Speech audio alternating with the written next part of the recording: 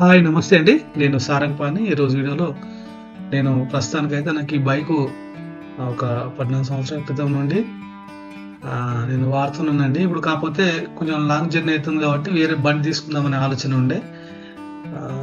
ఈరోజు మాత్రం ప్లాన్ చేస్తున్నా, చూద్దాము. ఒకవేళ అవకాశం ఉంటే తీసుకునే ప్రయత్నం చేస్తా.